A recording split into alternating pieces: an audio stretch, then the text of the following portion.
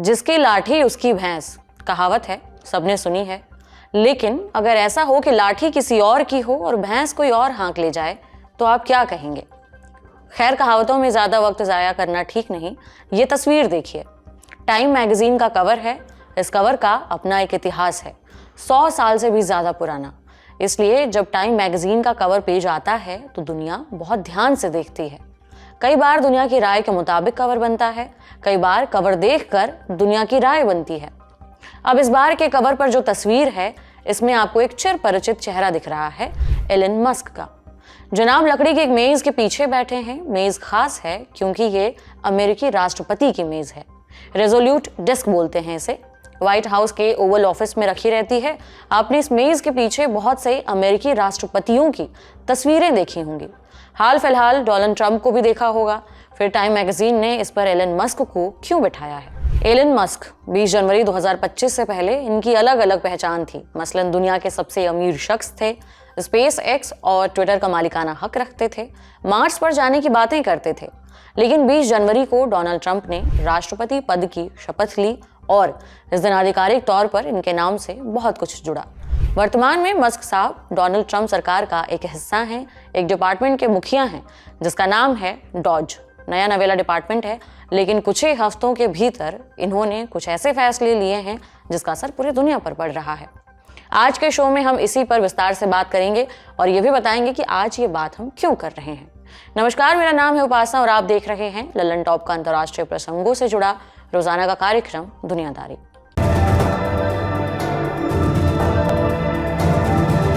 Brought to you by Sensodyne K। बस pack ले आया। SLS पैराफिन और दूध का करंट भी कौन? तो लाइफ का करंट ऑन? कुछ भी। तो ट्राई करके देख ले। Sensodyne K toothpaste for sensitive teeth. नवंबर 2024 में ट्रंप राष्ट्रपति चुनाव जीते। जीत के बाद एड्रेस में 4 मिनट खर्च किए मस्क की तारीफ में। करते भी क्यों नहीं, उनकी कैंपेनिंग में $250 मिलियन का खर्चा जो उठाया था मस्क ने। सोशल मीडिया पर भी बूस्ट दिया। बहरहाल ट्रंप ने जीत के बाद अपनी कैबिनेट बनानी शुरू की। इसमें मस्क को भी शामिल किया गया। इनके पद के लिए सेनेट से कंफर्मेशन भी नहीं ली गई, जो आमतौर पर कैबिनेट के मजबूत पदों के लिए ली जाती है। उनके लिए एक नया डिपार्टमेंट बना, DOGE, department of government efficiency. नाम से काम का कितना अंदाजा लगाया जा सकता है? शाब्दिक अर्थ पर जाएं तो इतना समझा जा सकता है कि ये विभाग ये जांच करेगा कि काम कितनी कुशलता से हुआ है। इसे एलन मस्क और विवेक रामस्वामी मिलकर चलाने वाले थे, लेकिन बाद में रामास्वामी पीछे हट गए। नवंबर 2024 में कुछ एक और घटनाएं हुई जिन्हें जानना जरूरी है। न्यूयॉर्क टाइम्स की रिपोर्ट के मुताबिक नवंबर महीने में ट्रंप की हर एक मीटिंग में मस्क भी मौजूद थे। ये कुर्बत सिर्फ मीटिंग तक महदूद नहीं थी। दोनों कई दफे साथ खाना खाते, गोल्फ खेलते। ट्रंप की टीम बनाने के लिए ली गई हर एक इंटरव्यू में मस्क की मौजूदगी थी। इतना ही नहीं, विदेशी लीडर्स से फोन कॉल के दौरान भी मस्क होते। ये तो हुई ट्रंप के राष्ट्रपति बनने से पहले की कहानी। 20 जनवरी 2025 को ट्रंप ने शपथ ली, ढेर सारे एग्जीक्यूटिव ऑर्डर्स पर साइन किया। इनमें से एक डॉज का गठन भी था, लेकिन ये एक आधिकारिक डिपार्टमेंट नहीं बना। डिपार्टमेंट होने के लिए अमेरिकी संसद की मंजूरी चाहिए होती है, टीम भी बड़ी होती है, लगभग हजारों के स्टाफ की जरूरत होती है। डॉज महज एक एडवाइजरी बॉडी है, यानी सुझाव देने वाला काम करना था इसे। यानी ये विभाग काम क्या करता है? इसका जवाब तो बहुत सीधा सा था, सरकारी खर्च पर नजर दौड़ाना और उसे कम करने के तरीके ढूंढना। लेकिन इसके लिए मस्क की अगुवाई में डॉज ने जो तरीके चुने वो कितने सीधे हैं, ये देखना अहम है। इसमें सबसे अहम नाम है यूएसएड का, United states agency for international development. दुनिया में अमेरिका से मदद पहुंचाने वाली सबसे बड़ी एजेंसी। 1 फरवरी को अचानक इसकी साइट बंद कर दी गई। पता चला कि इसके कर्मचारियों को छुट्टी पे भेज दिया गया है, अनपेड लीव पर। हफ्ते भर में लगभग पूरे स्टाफ को छुट्टी पर भेज दिया गया। कुछ की नौकरी ही टर्मिनेट कर दी गई। दुनिया भर में इसके दफ्तर बंद किए जाने लगे। मस्क ने एक्स पर पोस्ट कर इसे एक क्रिमिनल ऑर्गेनाइजेशन बताया। लिखा, इसके खात्मे का वक्त आ गया है। 2 फरवरी को ट्रंप ने कहा, इसे कुछ कट्टरपंथी पागल चला रहे थे, अब हम उन्हें निकाल रहे हैं। अमेरिकी रिपोर्ट्स का कहना है कि मस्क के डॉज की टास्क फोर्स इस एजेंसी के हेडक्वार्टर्स में छानबीन के लिए पहुंची थी। जनवरी के आखिरी हफ्ते में कुछ दिनों तक यह छानबीन चली भी। फिर डॉज के कर्मचारियों ने रिस्ट्रिक्टेड इलाके का एक्सेस मांगा, उन्हें मना किया गया। एक तरफ 64 साल के इतिहास के साथ एक एजेंसी खड़ी थी और एक तरफ मस्क का डिपार्टमेंट। आखिर में क्या हुआ ये हमने आपको बता ही दिया। यूएस एड क्या है? इसे 1961 में तत्कालीन अमेरिकी राष्ट्रपति जॉन एफ कैनेडी ने शुरू किया था। इसके तहत अलग अलग देशों को गरीबी, प्राकृतिक आपदा, भुखमरी और कई तरह की परेशानियों से जूझने के लिए मदद भेजी जाती थी।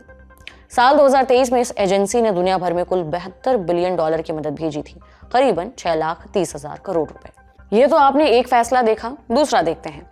मस्क ने 2022 में ट्विटर खरीदा, तब उन्होंने हजारों कर्मचारियों को नौकरी से निकाल दिया था। लगभग 80% स्टाफ की छुट्टी कर दी, कॉफी मेकर और ऑफिस कुर्सियों की नीलामी कर दी। तब उन्होंने कर्मचारियों को एक मेल भेजा था, उसका सब्जेक्ट था अ फोक इन द रोड। ये तो 2022 की बात हुई। 28 जनवरी 2025 को 20 लाख अमेरिकी सरकारी कर्मचारियों को एक ईमेल मिला। इसका भी सब्जेक्ट था अ फोक इन द रोड। इसमें कर्मचारियों को सितंबर के अंत तक वेतन के बदले में इस्तीफा देने का विकल्प दिया गया। यह ईमेल बिल्कुल वैसा ही था जैसा मस्क ने ट्विटर खरीदने के बाद वहां के कर्मचारियों को भेजा था। यह email office of personal management OPM की ओर से आया था। इस एजेंसी की चीफ ऑफ स्टाफ मस्क की कंपनी में काम कर चुके हैं। इसके अलावा मस्क ने जिस शख्स को डॉज में स्टाफिंग का जिम्मा दिया है वो भी पहले ट्विटर में खर्च कम करने की कोशिशों का जिम्मा उठाता था। तीसरी बात, डॉज की ताकत का दायरा और इससे जुड़े लोगों की पहचान पूरी तरह से स्पष्ट नहीं है। इससे अमेरिकी एजेंसियों में अफरा तफरी मची हुई है। डॉज से जुड़े कई कर्मचारी तकनीक की दुनिया से जुड़े हैं, युवा हैं, कुछ ने हाल ही में कॉलेज पास आउट किया है। इनमें से कुछ लोग SpaceX और ट्विटर में भी काम कर चुके हैं और अब इन्हें ये हक मिल चुका है कि ये अमेरिकी सरकार के दफ्तरों में घूमें फिरें, छानबीन करें। अमेरिकन ब्रॉडकास्टर NPR की एक रिपोर्ट के मुताबिक सरकार की अलग अलग एजेंसियों में भी मस्क से जुड़े पुराने करीबियों की भर्ती की गई है। चौथी बात, यूएस एड में हुए ड्रामे से कुछ रोज पहले की बात है। अमेरिका का ट्रेजरी विभाग ये सरकार के सारे वित्तीय मामले संभालता है, वित्त मंत्रालय समझ लीजिए। इसके एक कर्मचारी ने डॉज को पेमेंट सिस्टम को खंगालने से रोक दिया। अंजाम क्या हुआ? टाइम मैगजीन की रिपोर्ट के मुताबिक इस अधिकारी को जबरन रिटायर होना पड़ा। उनकी जगह पर नया आदमी आया, तब डॉज को एक्सेस मिल गई। डॉज के खिलाफ मुकदमा दायर हुआ। फिर 5 फरवरी को ट्रंप सरकार ने कुछ वक्त के लिए ये एक्सेस रोक दिया। अब जब काम इस तरह के हैं तो मुखालिफत भी होगी। ट्रंप के शपथ ग्रहण के कुछ ही मिनटों के भीतर डॉज के खिलाफ पहला मुकदमा दायर किया गया। आरोप लगाया गया कि ये टीम अवैध है क्योंकि इसने रेवेट इंडिविजुअल्स को सरकारी फैसले लेने का हक दिया है। 6 फरवरी को एक और मुकदमा दायर किया गया। इसे यूएस एड के कर्मचारियों के ट्रेड यूनियन ने फाइल किया था।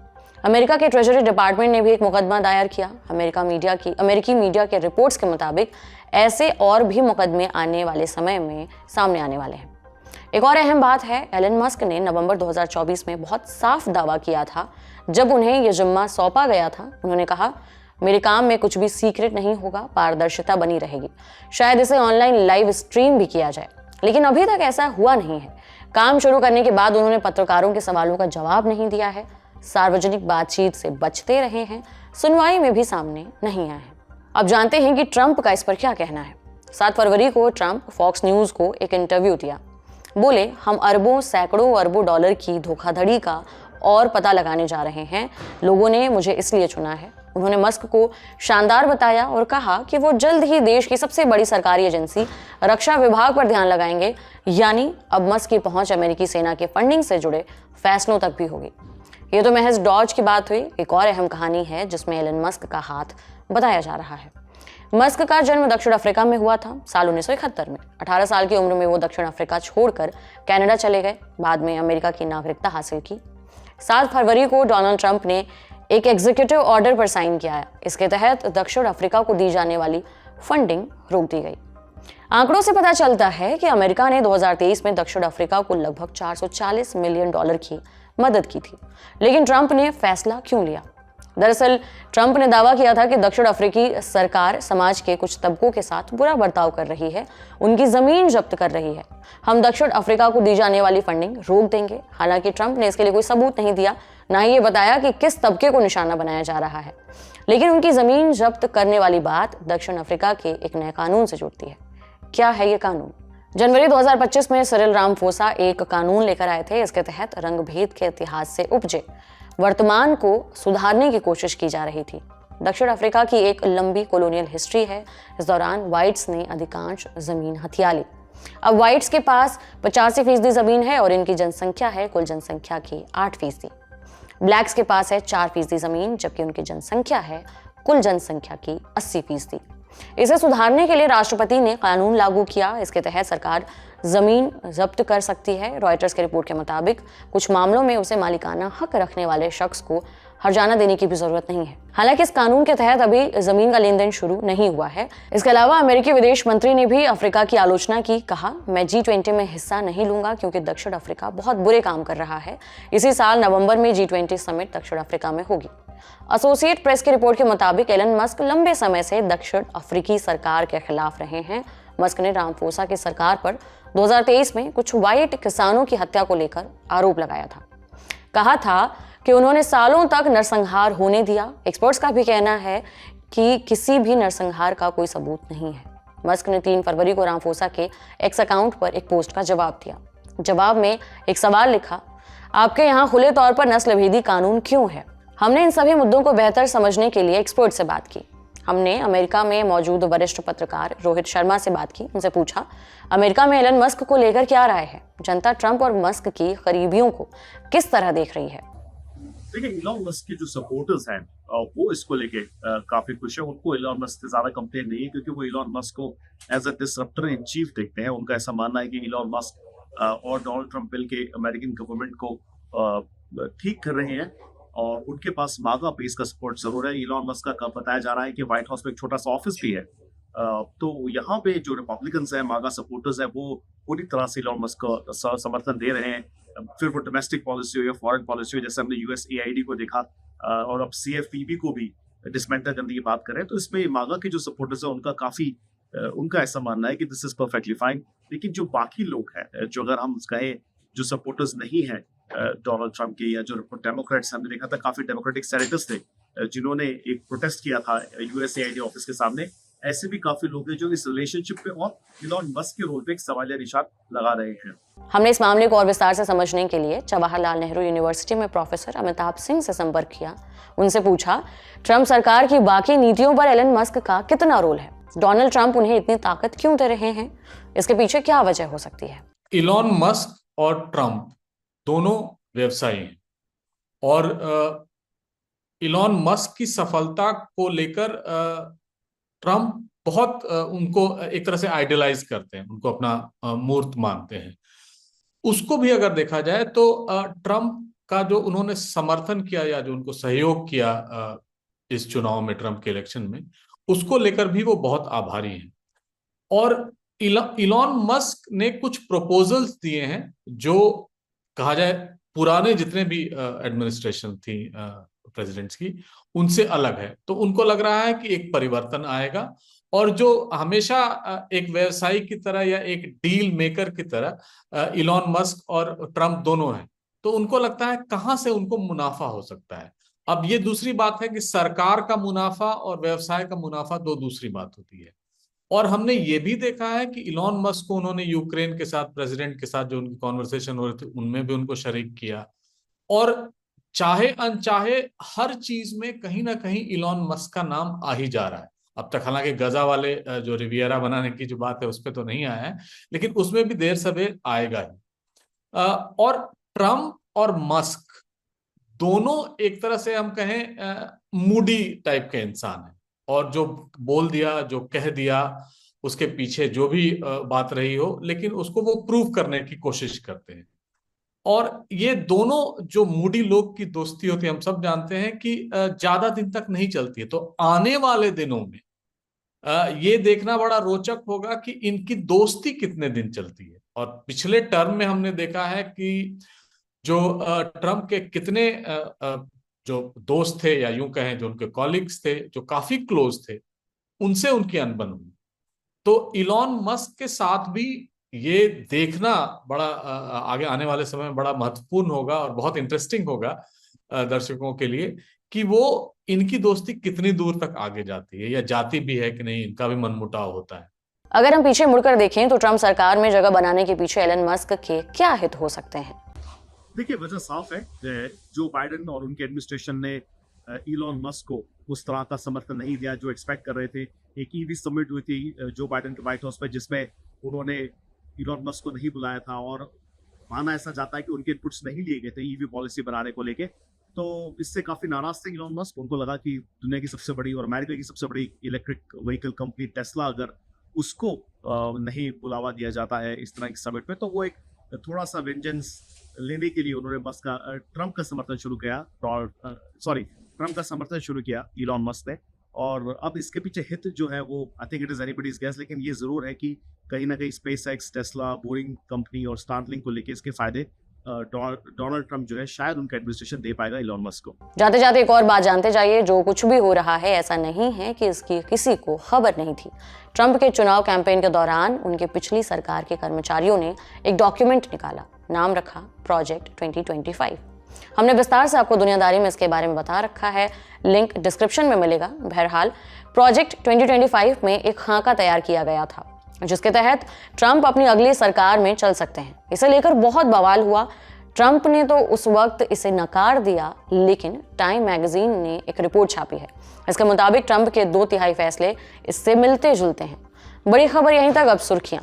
पहली सुर्खी, अमेरिका से राष्ट्रपति डोनाल्ड ट्रम्प ने 9 फरवरी को एक नए टैरिफ का ऐलान किया, इंपोर्टेड स्टील और एल्यूमिनियम पर 25% टैरिफ। ये संभवतः 11-12 फरवरी से लागू हो जाएगा। ये फैसला सभी देशों पर लागू होगा।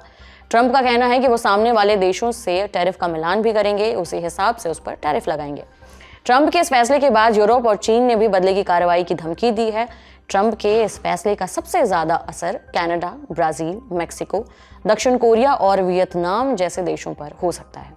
अमेरिकी आयरन एंड स्टील इंस्टीट्यूट के आंकड़ों के अनुसार ये 5 देश अमेरिका में टॉप स्टील सप्लायर हैं। वहीं कनाडा तो स्टील के साथ ही एल्यूमिनियम का भी टॉप सप्लायर है। अपने पहले कार्यकाल के दौरान भी ट्रम्प ने इसी तरह का टैरिफ लगाया था। तब उन्होंने स्टील पर 25% और एल्यूमिनियम पर 10% इंपोर्ट ड्यूटी लगाई थी, लेकिन बाद में कई देशों को राहत दे दी थी, जिसमें कनाडा, मेक्सिको और ब्राजील शामिल थे। वहीं इस बार भी कुर्सी संभालते ही ट्रम्प ने धमकी दे दी कि मेक्सिको और कनाडा से आने वाले सामानों पर 25% और चीन से इंपोर्ट पर 10% का टैरिफ लगा सकते हैं। बाद में इसे 1 महीने के लिए उन्होंने होल्ड पर रख दिया। दूसरी सुर्खी मिडिल ईस्ट से, जहां मिस्र ने एक आपातकालीन अरब समिट की घोषणा की है। अरब देशों की यह मीटिंग अमेरिकी राष्ट्रपति डोनाल्ड ट्रम्प के उस प्लान के खिलाफ बुलाई गई है जिसके तहत उन्होंने गाजा पर नियंत्रण की मंशा जाहिर की थी।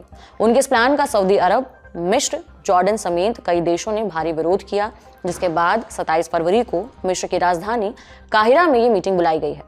इसमें फिलिस्तीनियों को लेकर चल रहे अमेरिकी प्लान, ट्रम्प की बयानबाजी वगैरह पर बात होगी। बीते दिनों इजरायली प्रधानमंत्री बेंजामिन नेतन्याहू अमेरिकी दौरे पर थे। जिस दौरान ट्रम्प नेतन्याहू के साथ प्रेस कॉन्फ्रेंस कर रहे थे, तभी उन्होंने गाजा पर अमेरिकी टेकओवर के अपने प्लान के बारे में बताया। उनका कहना था कि गाजा पूरी तरह तबाह हो चुका है, मलबे का ढेर बन चुका है। हो सकता है कि मलबों के नीचे बम दबे हों जो भारी तबाही भी मचा सकते हैं, इसलिए फिलिस्तीनियों को यहां से निकालकर दूसरे देशों में शिफ्ट किया जाए।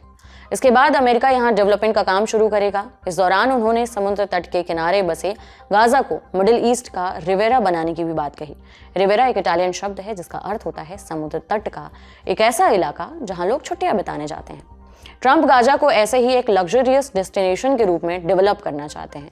इससे पहले ट्रम्प गाजा की शांति के लिए एक ऐसा ही सुझाव दे चुके हैं जब उन्होंने गाजा की 1.8 मिलियन आबादी को ट्रांसफर करके मिस्र और जॉर्डन जैसे अरब देशों में बसाने की बात कही थी। दुनियादारी यहीं समाप्त होता है। इसके अलावा हमने आज के ललन टॉप शो में बात की है मणिपुर में मुख्यमंत्री बीरेन सिंह के इस्तीफे पर और प्रधानमंत्री मोदी के फ्रांस दौरे पर। वो भी जरूर देखिए। अभी के लिए इतना ही। अपना और अपनों का ख्याल रखिए। शुक्रिया।